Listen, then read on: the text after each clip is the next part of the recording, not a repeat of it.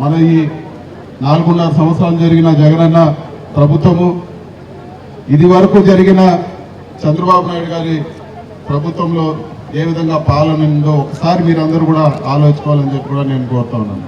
ఈ పథకాలే కాదు, మన ఊర్లో స్కూల్స్ చూడండి, నాడు నేడు కింద ఈరోజు స్కూళ్ళన్నీ కూడా అభివృద్ధి చేశారు.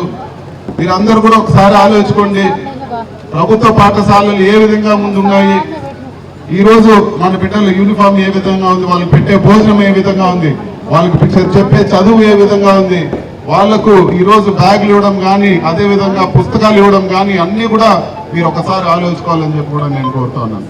ఈరోజు మన బిడ్డలు చదువులకు ఫీజు రీయింబర్స్మెంట్ పథకంలో ఎంతైనా కూడా పూర్తిగా ఈరోజు ప్రభుత్వమే భరిస్తూ ఉంది.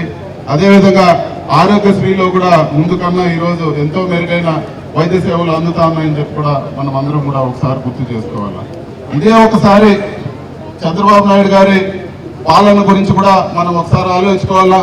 అందరూ కూడా మహిళలు ఉన్నారు, అందరూ కూడా ఎంతో కష్టపడి మీ కుటుంబాన్ని కానీ మీరు ఎంతో పట్టుదలతో మీ పిల్లల్ని అందరినీ కూడా ఈరోజు పైకి తీసుకొచ్చే పరిస్థితి మీరందరూ కూడా చేస్తా ఉన్నారు.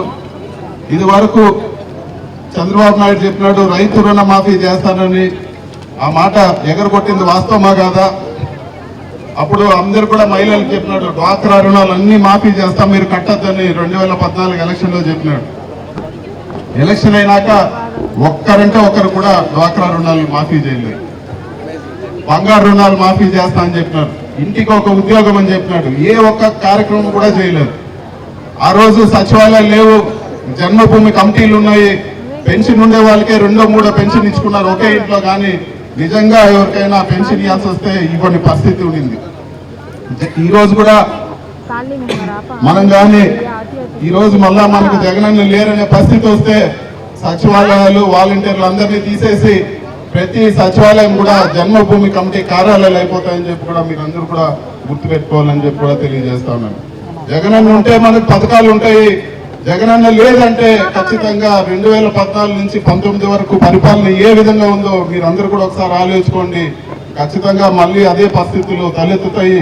మళ్ళీ కూడా మీకు ఏ పథకం కావాలో, ఇళ్ళ పట్టా కావాలన్నా, లేకపోతే పెన్షన్ కావాలన్నా, లేకపోతే ఆసరా చేతుల డబ్బులు కావాలన్నా మళ్ళా తెలుగుదేశం నాయకుల దగ్గర పోయి వాళ్ళ ఇంటి చుట్టూ చెప్పులు అరిగిపోయేటట్టు తిరగాల్సిన పరిస్థితి మనకు వస్తుందని చెప్పి కూడా మీరందరూ కూడా ఆలోచించుకోవాలని చెప్పి నేను కోరుతా ఉన్నాను.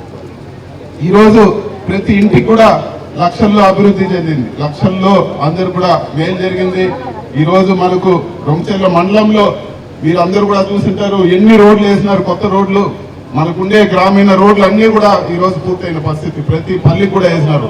అదే తెలుగుదేశం పీరియడ్ లో 5 ఏళ్లలో 2-3 రోడ్లు వేసిన దాఖలాలు కూడా లేవని చెప్పి మీరందరూ కూడా గ్రహించాలని చెప్పి కూడా నేను తెలియజేస్తాను. ఇన్ని కూడా మీకు ఎందుకు చెప్తాను అంటే రాబో రోజుల్లో 2-3 నెలల్లో మనకు ఎలక్షన్లు వస్తూ ఉన్నాయి, మళ్ళా అందరూ వస్తారు, మళ్ళా చంద్రబాబు నాయుడు వస్తాడు. నేను జగనన్న చెప్పిన దానికి అన్నిటికి కూడా నేను ఇంతిస్తా అంతిస్తా అని చెప్పి మళ్ళీ ఖచ్చితంగా అందరినీ మోసం చేసే ప్రయత్నం చేస్తాను.